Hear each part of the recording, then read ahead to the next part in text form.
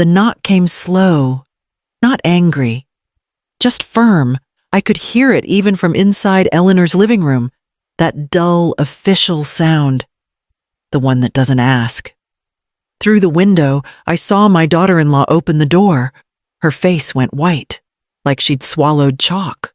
My son stood behind her, frozen, one hand still on the light switch, like he didn't know what to do next. 2 officers, calm, clipboards, no drama. Honestly, I didn't feel relief or joy. I just felt steady, which surprised me. Eleanor stood beside me, my old friend. Lawyer now, she said quietly. This is procedure. Charlene, not punishment. I nodded like I understood. I kind of didn't. My hands were shaking anyway. This part came after. The beginning was uglier. My name is Charlene Morris, and until a few days ago, I was living in my son's house, telling myself I was lucky to have a roof, even when I was scrubbing his kitchen floor at midnight because his wife didn't like waking up to crumbs, even when I stopped being called Mom and started being called, can you just... I stayed longer than I should have. That's on me. I kept thinking it was temporary. I kept thinking he'd speak up. Stupid. Right. But you don't expect your own kid to let someone erase you inch by inch? Behind me, Eleanor's kettle clicked off, burnt coffee smell in the air. I'd forgotten about it. The officers were still talking, writing things down. My son finally spoke. I couldn't hear what he said, but I knew that tone. Defensive, soft. Like always, I leaned back from the window, sat down. This wasn't the end. I could feel that. It was just the first time nobody told me to be quiet about it. Back then, I told myself it was temporary. That word carried me through a lot of stupid mornings. I woke up before everyone, not because anyone asked, because if the kitchen wasn't clean by 6, she'd stand there with her arms crossed and breathe through her nose like I'd tracked mud in. I cooked eggs, oatmeal, toast, cut the way the kids liked. If the toast burned, she'd flick it into the trash and tell me to start over. No, please, just a look, helping out. She called it. She'd lean against the counter and tap her phone. You're home anyway. I watched the kids after school, homework, snacks, laundry folded tight, edges sharp. If a sock went missing, she'd hold the basket up and wait. I'd dig through the dryer again, cheeks hot, apologizing for a mistake I didn't remember making. My son didn't argue. He never did. He'd keep his eyes on the floor and murmur, let's not make this harder. Like the air itself might shatter if anyone pushed back. Once, late, I wiped the counter again because she didn't like streaks. My wrists hurt. I mentioned it. Just once. Not dramatic, just tired. She laughed. It's not that much. My mom does more than this. My son shifted his weight, opened the fridge, closed it. She means well, he offered, not looking at me. Can we just keep things smooth? That was the goal. Not fair, not kind, smooth. I stopped leaving my shoes by the door because she tripped once and blamed me. I stopped sitting on the couch during the day because she liked it looking nice. I stopped calling friends because the house got too loud when I talked. At night, I washed one last cup and lined it with the others. I checked the locks. I set the alarm the way she preferred. Then I went to my room, the small one, off the laundry, and told myself tomorrow would be easier if I didn't complain. I believed that longer than I should have when I first moved in. He told me it wouldn't be long. He stood in the doorway with his hands in his pockets and kept nodding like he was convincing himself. Just until things settle.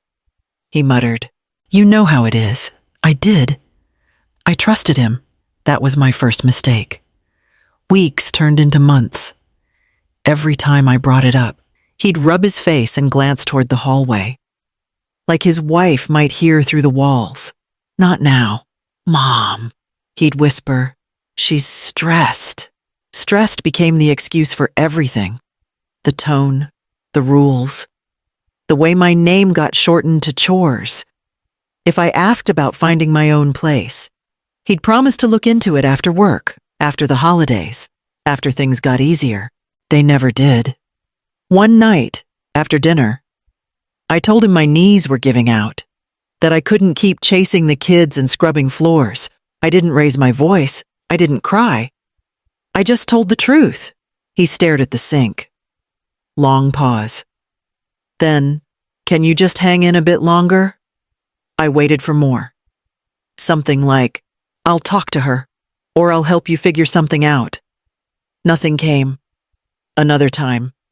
She snapped at me in front of the kids. I caught his eye, hoping. He gave me that tight smile, the one that meant later never came. Instead, he started translating for her, softening her words. "She doesn't mean it like that." Or, "You know how she gets," as if that made it land lighter. Once, I asked him why he never took my side. He didn't answer right away. He just exhaled and leaned back in his chair. "I'm trying to keep my family together," he muttered.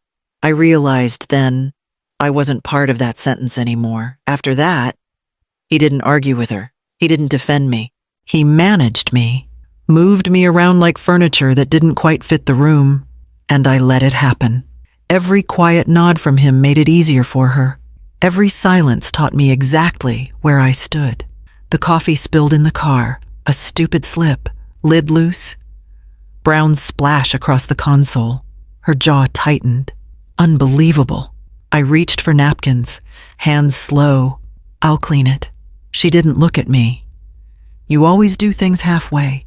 My son kept driving. Both hands on the wheel, no music. No comment. I didn't mean to. I added, "Too fast." Like a kid. She laughed once. "Short. Sharp. It's always an accident with you." I wiped the mess. Missed a spot. She noticed.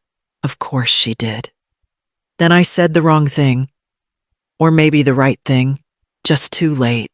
"I can't keep doing everything," I muttered. Not loud, just honest. "I'm tired." The car felt smaller. My son shifted in his seat. "Tired," she snapped. "From what? Sitting at home, I cook. I clean. I watch the kids." I replied. My voice surprised me. Steady. "I don't get a day off." She turned fully toward me. "We never asked you to be a martyr." He cleared his throat. "Can we not do this now?" She ignored him. "You live here. You eat our food. You take up space." I stared at the dashboard. The coffee smell went sour. "I raised you," I told him. Not accusing, just stating a fact. "I'm not asking for much." He exhaled. Long. "Mom, you're making this harder." That phrase again, like a stamp. She smiled then, calm, almost relieved. "Pull over." He hesitated. She didn't blink. He slowed. Industrial street. Empty. Gray. I noticed the lack of houses before the car stopped. "Get out," she told me. Quiet now. Controlled. I waited for him to say something. Anything. He didn't. I opened the door. Cold rushed in. My foot touched the ground. I turned back once. She met my eyes. "You're on your own, old woman." The door shut. The car rolled forward. No screech. No rush. Like this was scheduled. I stood there with napkins in my hand. Still damp. Watching the backlights disappear. The car rolled a few feet, then stopped again. Like a correction. Like they wanted to make sure. She turned around in her seat. Close enough that I could smell her perfume. Too sweet. It always gave me a headache. "Get your things." I already had my bag. I told her. It was the small backpack I kept between my feet. Every time we went out, habit, from years of never knowing when we'd actually come home. I hadn't planned to be evicted, but I had accidentally prepared for it.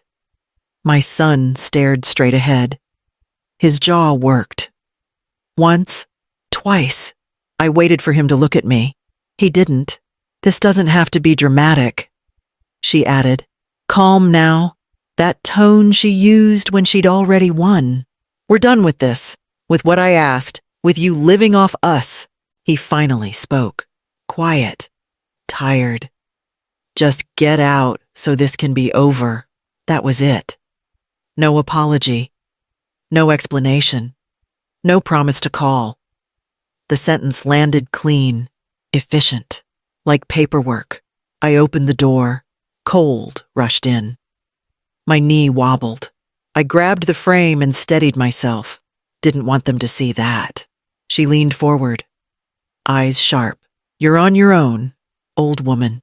The words didn't echo. They didn't need to. They stuck. I stepped out. The door shut. Locks clicked. The car pulled away without urgency. I watched the red taillights shrink into the dark. Steady and cold. They didn't even look back to see if I was standing or falling. To them, I was just a task they had finally finished. I stood there for a second longer than necessary, just to prove I could. Then I checked my phone. No signal. Battery low. Of course. Here's the part I won't dress up. I thought about chasing the car. 2 steps in. My body reminded me who was in charge. I stopped. Laughed once. It came out wrong. I adjusted my purse strap. Took a breath. Smelled oil and metal in the air. Somewhere nearby. Something hummed. Maybe a factory? Maybe a generator. I started walking. Not fast. Not slow. Forward was enough. I walked. That's it. No drama. At first, I waited for the shock to hit, knees to buckle. Tears. Something.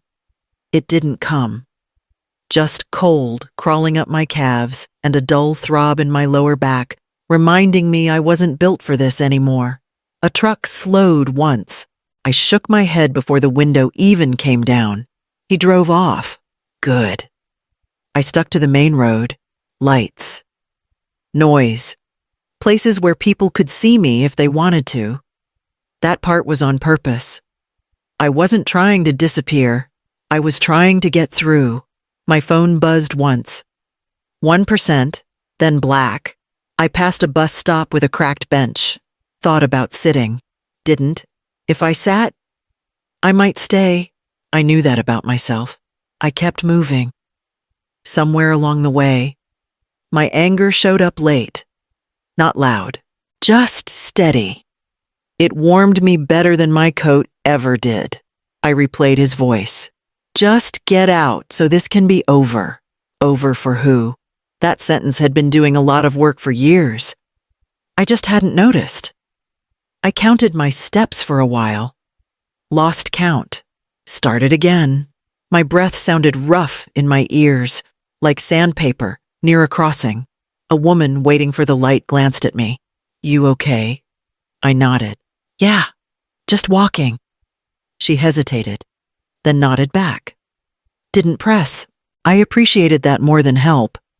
By the time I saw the gas station lights, my feet burned. 9 kilometers, give or take. I didn't measure. I just arrived. I pushed the door open and stood there a second, letting the heat hit my face. My hands were shaking, but my head was clear. I wasn't going back. Not tonight. Not quietly. The clerk let me use the phone without asking questions. That alone felt like mercy. I dialed from memory. I almost hung up. Almost. Then it rang. Eleanor Price. She answered. Same voice. Older. Sharper. It's Charlene. I told her. My throat tightened, but I didn't let it turn into noise. I need help. She paused. Not long, just enough to switch gears. Where are you? Gas station near the rail line on 12th. I walked. Another pause. I could hear her thinking. Did they leave you there? Yes. On purpose, yes. Okay, she replied. Calm. Start from the beginning. No feelings, just facts. That instruction saved me. I told her about the car stopping, the words, the door, the way my son looked straight ahead. I told her how long I'd lived with them, how I cooked, cleaned, Watch the kids. No pay. No say. Did they keep your documents? She asked. They're in the house. I whispered to Eleanor, in her desk. She told me she was safe keeping my birth certificate and social card. I realize now she was just holding the keys to my identity so I couldn't run. Another note scribbled. I imagined any pressure to leave before constant. Framed as jokes. Or concern. And tonight, she added, this wasn't sudden. No. She exhaled. Charlene, this could be elder neglect, possibly coercion. I'm not promising anything yet. I'm not asking for revenge. I replied, I just can't go back. I wouldn't let you, she answered. I'm driving to you now. Before she hung up, she added, don't talk to them, don't answer calls. We do this clean. I stared at the receiver after the line went dead. My hands finally started to shake. Not from fear, from relief, whatever this was. It had a name now. Eleanor's guest room smelled like clean sheets and old books. I slept maybe 2 hours. My body was tired. My brain wasn't done. In the morning, she slid a legal pad across the table. No coffee yet. Straight to work. Let's line it up. She told me, not stories, patterns. I nodded. My hands hovered. Unsure. Start anywhere, she added. Unpaid labor. I began. Cooking, cleaning, childcare, every day. She wrote, didn't look up. Any limits on your time? They expected me available. If I went out, she'd text. Ask when I'd be back. Documents, Eleanor asked. I haven't seen my birth certificate or social card in months. She offered to organize them. Eleanor stopped writing, looked at me then. Did you agree? I hesitated. I didn't say no. She tapped the pen. That counts. We kept going. Jokes about me being old. Complaints dressed up as concern. Phone calls discouraged. Friends fading because I was always busy or tired. At any point, Eleanor asked, did you feel free to leave? The answer came fast. No. She leaned back. Charlene, this isn't family tension. This is elder neglect and coercion. The words sat heavy. Not dramatic, just yussy, just exact. I don't want to ruin my son, I muttered. That part still hurt. She softened her voice. Just a notch. You didn't create this. You survived it. My phone buzzed on the counter. Missed calls. 3, then 5. His name. Her name didn't show. That told me enough. Don't answer, Eleanor said. Not an order, a boundary. I nodded. Turned the phone face down. Here's the thing I didn't expect naming it changed me. The shame loosened. The confusion lined up into something solid. If you're listening to this and thinking, I would have left sooner. I swear I thought that too. Until I couldn't. Eleanor closed the pad. We take this step by step. Today, we document. Tomorrow, we decide how to proceed. I looked around the room. Safe. Quiet. Mine for the moment. For the first time in a long while. I wasn't waiting to be corrected. Eleanor didn't call it a raid. She didn't call it justice either. Welfare check and inquiry. She told me. Phone pressed to her ear. 2 officers. That's all. We waited. No pacing, no speeches. Just the clock ticking and my phone face down on the table. Then Eleanor's phone buzzed. She listened, nodded once, and mouthed. Now. I stood anyway. Habit. They knocked. She said, front door. I pictured it without trying. The knock. The pause. Her face. His shoulders slumping. Eleanor kept listening. She's talking fast. Eleanor added, too fast. She keeps saying you chose to leave. My phone lit up. My son's name. I didn't pick it up. Eleanor covered the receiver. He's minimizing. Family disagreement. Misunderstanding. You know the script.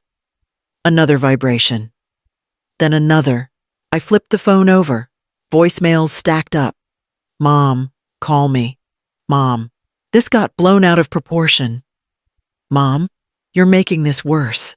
Eleanor's eyes flicked to the screen. Same language. I nodded. Her phone went quiet. She hung up. They asked about your documents. About work in the house. About the ride. I sat down. My legs felt hollow. My phone buzzed again. A text this time. From him. She didn't mean it like that. Then another. You know how she gets. I let out a sound that wasn't a laugh. He was still translating her cruelty into misunderstandings. Even through text, I didn't answer. He wasn't scared for me. He was scared of the silence I had finally left behind.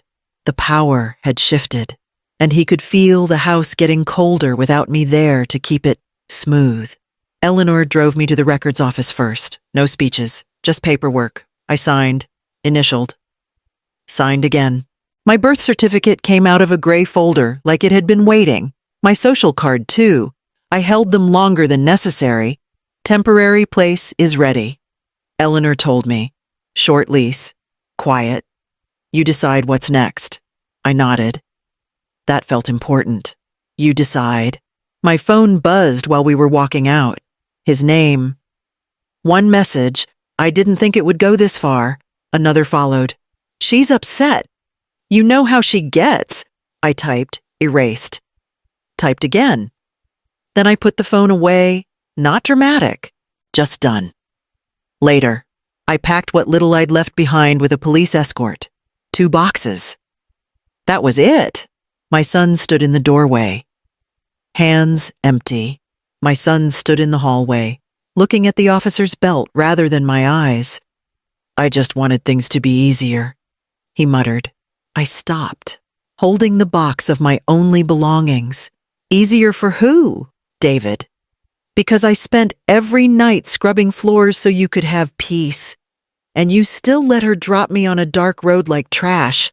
I stepped past him. Being patient isn't the same as being safe.